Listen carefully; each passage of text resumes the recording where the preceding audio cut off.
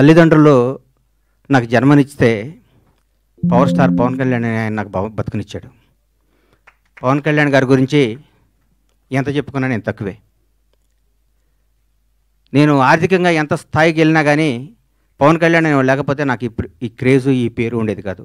మామూలుగా చిన్న చిన్న వేషాలు వేస్తూ ఉండి అప్పటికి కూడా ఏ రోజు కూడా బండ్లా గణేష్కి క్యారెక్టర్ కావాలి, ఈ క్యారెక్టర్ బండ్లా గణేష్ అనే స్థాయికి నా జీవితంలో రావటం జరగలేదు.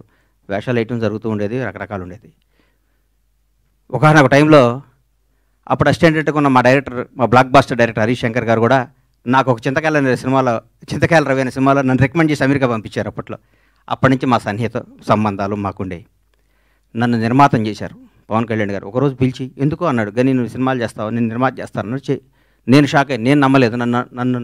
నన్ను నేను నమ్ముకోలేని పరిస్థితిలో కూడా నన్ను నిర్మాత చేస్తే చాలామంది ఆయన అభివృద్ధి కోరుకుని ఆయన సన్నిహితులు కూడా నువ్వేంటే గణేష్ సినిమా చేయటం అంటే కూడా నేను మాట ఇచ్చాను, మాట తప్పను అని నన్ను నిర్మాతం చేసిన పవన్ కళ్యాణ్ గారికి ఈ సందర్భంగా ఇంకొకసారి పాదాభివందనాలు తెలియజేసుకుంటున్నాను. గబ్బర్ సింగ్ ఒక చరిత్ర. ఈరోజు మార్నింగ్ ఎక్కడో వాకింగ్ చేసి బయటకు వస్తుంటే ఏందన్నా గబ్బర్ సింగ్ రిలీజు అంటున్నావు, టీవీలో వస్తుంది, గొడవ ఉంది, రెండో రిలీజ్కి ఎంత క్రేజ్ అయిందా అని అడిగాడు ఒక ఆయన. నేనన్నా హిందువులకి భగవద్గీత, ముస్లింలకి ఖురాన్, క్రైస్తవులకి బైబిల్ ఎంత పవిత్రమైందో పవన్ కళ్యాణ్ అభిమానులకు కూడా గబ్బర్ సింగ్ ఎంత పవిత్రమైందిరా బాబు, అది అప్పుడు ఆ చిరస్థాయిగా గుండెల్లో ఉండిపోయేది అని చెప్పాను. దాని గురించి మనం ఏం చేయలేం. ఈ సినిమా అణువణువున ఏ బ్రహ్మ ముహూర్తాన భగవంతుడు ఈ ముహూర్తాన్ని క్లాప్ కొట్టించాడో కానీ ఏ బ్రహ్మ ముహూర్తాన్ని హరీష్ శంకర్ గురించి చెప్పాలి. హరీష్ శంకర్ అనేవాడు జీవితంలో కోపానికి పగకి తేడా ఉంటుంది. కోప్పడేవాడు ఎవడో హానికరదు. కోపం అనేది నీడపాము లాంటిది, అది కరిచిన ప్రమాదం లేదు. పగ అనేది నాగుపాము లాంటిది, కరిస్తే చచ్చిపోతాం. మేమందరం కోప్పడే బ్యాచ్ అది. మేము ఏదన్నా గబ మాట్లాడుతుంటాం కానీ మేము ఏది మనసులో పెట్టుకోం. మాకు ఆ క్షణం పని అయిపోవాలి, ఆ క్షణం అది అయిపోవాలి. అంతేగాని మాకు కోపమో మాకు ఈగోనో మాకు మాట్లాడటం రాదని మీరు అనుకోవద్దు. మేము చాలా చిన్న స్థాయి నుంచి వచ్చిన వాళ్ళం కాబట్టి, చిన్న కుటుంబాల నుంచి వచ్చిన వాళ్ళం కాబట్టి, ఈ రంగుల ప్రపంచంలో మాకు స్థాయి వచ్చింది కాబట్టి, ఈ రంగుల దాంట్లో మాకు పేరు వచ్చింది కాబట్టి, దీన్ని నిలుపుకునే తాపత్రంలో మేము గబగబా మాట్లాడి కొన్ని తప్పులు చేస్తే దాన్ని మీరు మనసుకు తీసుకొని మమ్మల్ని హర్ట్ చేశాడు, మీ చేతిలో పెన్ అనే ఆయుధంతో మా జీవితాన్ని మీద మచ్చరాయకూడదని మనస్ఫూర్తిగా మీకు కోరుకుంటూ, మీ ఆశీస్సులు ఉండాలని ఆశిస్తూ, మీ అందరి ఆశీస్సులతో మేము పైకి రావాలని ఇంకొకసారి కోరుకుంటున్నాం. ఈ గబ్బర్ సింగ్ అనే సినిమాని అణువణువున ప్రతి అడుగు, ప్రతి మాట, ప్రతి క్షణం, ప్రతి కష్టం హరీష్ శంకర్కే చెందుతుంది. హీరో గారితో అంతకుముందు నేను తీన్మార్ సినిమా తీశా. హీరో గారు ఎవరేం చెప్తే అది చేస్తాడు, పాపం నమ్మితే వదిలేస్తాడు. గబ్బర్ సింగ్ అనే చిత్రాన్ని హరీష్ శంకర్ ఏం చెప్తే చేద్దామని ఫస్ట్ డే నాతో చెప్పాడు. బాబు నేను షర్టు గుండీ లిపితే పోలీసు అడిగిపోతాడా అని అడిగాను నేను ఒకరోజు. నీకెందుకురా, నువ్వు దూరం కూర్చో అనేవాడు నన్ను.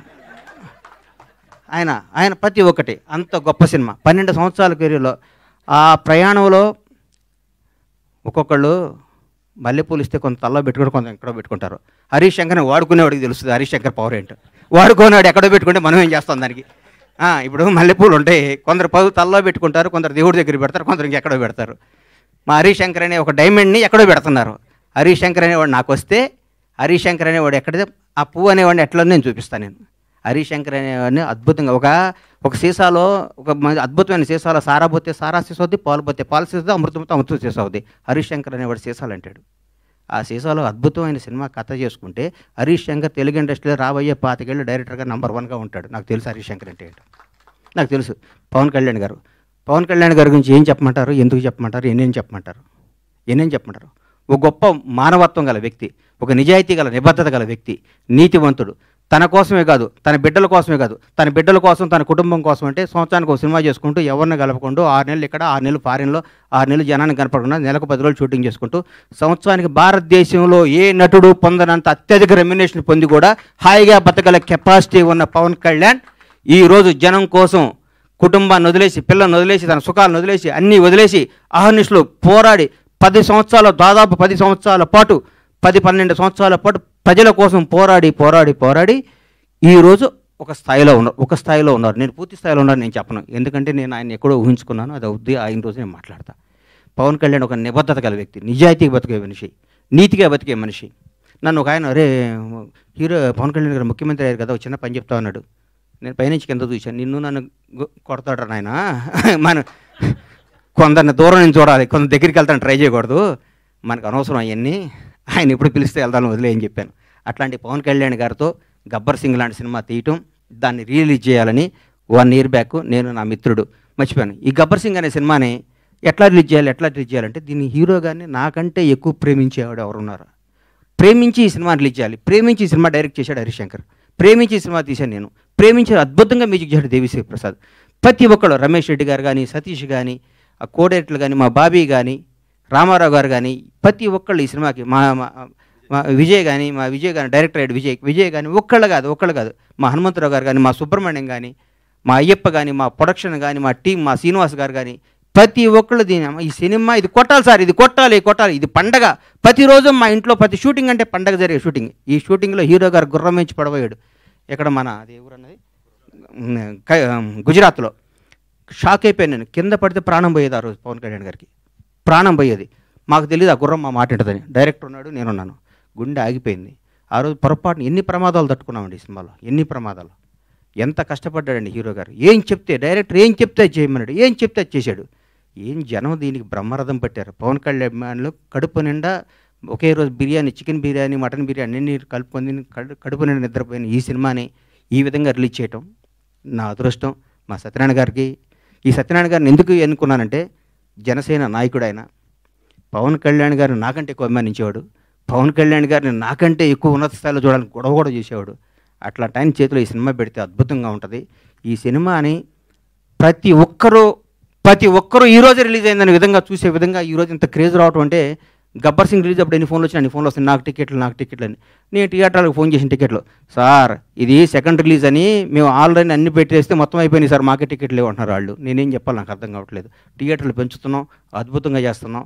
ఇది సినిమాని ఇంకొకళ్ళు రిలీజ్ చేయాలంటే కూడా గబ్బర్ సింగ్ అంత కలెక్షన్ రావాలని అనుకొని రిలీజ్ చేసే స్థాయిలో ఉంటుంది ఈ సినిమా రిలీజ్.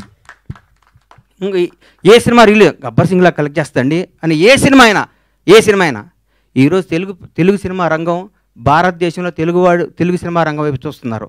ఒకప్పుడు బాంబే అనేవాళ్ళు, తమిళనాడు, చెన్నై ఎట్లా అనేవాళ్ళు. ఈరోజు ఇండియన్ మొత్తం ఒక రాజమౌళి, ఒక సుకుమార్, ఎంతోమంది, ఒక మన నాగశ్విన్, అద్భుతమైన డైరెక్టర్లు మన ఇక్కడి నుంచి వెళ్తున్న. భారతదేశం మొత్తం తెలుగు వాడిని చూసి తెలుగు నిర్మాత, తెలుగు డైరెక్టర్, తెలుగు యాక్టర్ని గర్వంగా చూస్తున్న స్థాయికి వస్తే ఈ రంగంలో నేను 7 సంవత్సరాల సినిమా తీయడం చాలా బాధ అనిపిస్తుంది. నేను తప్పు చేశాను, నన్ను క్షమించాలి. నేను సినిమాలు తీస్తా, నేను సినిమాల్లోనే పుట్టాను, సినిమాల్లోనే ఉంటాను. సినిమానే నా వ్యాపకం, సినిమానే నా జీవితం, సినిమానే నా ఆశ. బ్లాక్ బాస్టర్ల సినిమాలు తీస్తా, బ్లాక్ బాస్టర్స్. ఇండస్ట్రీ మొత్తం బండ్లాగానే పరమేశ్వర ప్రొడక్షన్స్ అంటే ఏంటో మళ్ళీ చూపిస్తానికి అదే సంకల్పంతో బతుకుతానని మీ అందరు ఆశీస్సులు కావాలి, మీ అందరు అభిమానం కావాలి, మీ అందరు ప్రోత్సాహం కావాలి. ఎక్కడెక్కడ నేను చిన్న తప్పులు చేసినా నన్ను క్షమించి నన్ను రెక్టిఫై చేయాలి, కానీ దాని మీద రాయకూడదు మీరు. అది నా విన్నపం. ఎందుకంటే వీడు దొరికాడని రాస్తారు, అది నా విన్నపం. అందుకే థ్యాంక్ యూ. ఈ సినిమాను ఆదరించి మళ్ళీ ఈ సినిమాకు వచ్చే కలెక్షన్స్ బిత్తరపోయే విధంగా ఉండాలని మనస్ఫూర్తిగా కోరుకుంటూ, ముఖ్యంగా పవర్ స్టార్ అభిమానులకి మనందరికీ నేను చెప్తున్నా, ఇంతకుముందు పవర్ స్టార్ పవన్ కళ్యాణ్ గారు, మనం ఏం చేసినా పవన్ కళ్యాణ్ అభిమాని ఎగిరినా న్యూసే, తగ్గిన న్యూసే. ఇప్పుడు నేను చెప్తున్నా, గౌరవ ఆంధ్రప్రదేశ్ రాష్ట్ర ఉప ముఖ్యమంత్రి, జనసేన నాయకుడు, ఈరోజు భారతదేశాన్ని పరిపాలిస్తున్న ప్రభుత్వంలో ఒక కీలక పాత్ర పోషిస్తున్న మహోన్నత వ్యక్తి. మనం థియేటర్లో చాలామంది థియేటర్లు ఎందుకు ఇవ్వట్లేదు అంటే, బాబోయ్ మీ పవన్ కళ్యాణ్ ఫ్యాన్స్ మా సీట్లు ఎరగొడతారంటున్నారు. మీ అందరికీ చెప్తున్నాం సార్, ఎగ్జిబిటర్స్ అందరికీ, మా పవన్ కళ్యాణ్ ఫ్యాన్స్ ఇంతకు ముందు కాదు, క్రమశిక్షణ గల వాళ్ళు, మీ సీట్లు ఎరగొట్టరు, ఆనందం తెలియజేసుకుంటారు, మీకు ఏ నష్టం చేయరు. దయచేసి మాకు థియేటర్లు ఇవ్వండి. దయచేసి చేతులెత్తి నమస్కరిస్తున్న ఎగ్జిబిటర్స్ అందరికీ థియేటర్స్ ఇవ్వండి. పవన్ కళ్యాణ్ ప్రతి ఒక్క అభిమాని సెప్టెంబర్ 2వ తారీఖు నాడు ఉదయాన్నే గుడికి వెళ్తాడు, 11 థియేటర్కి వెళ్తాడు. ఇది కన్ఫర్మ్. గుడికి వెళ్ళి పవన్ కళ్యాణ్ 100 ఏళ్ళు బతకాలనుకుంటారు, థియేటర్కి వచ్చి పవన్ కళ్యాణ్ ఉత్సవాలు చూసుకుంటారు. ఈ రెండింటిని మాత్రం మీరు మమ్మల్ని నిరుత్సాహపరచొద్దు.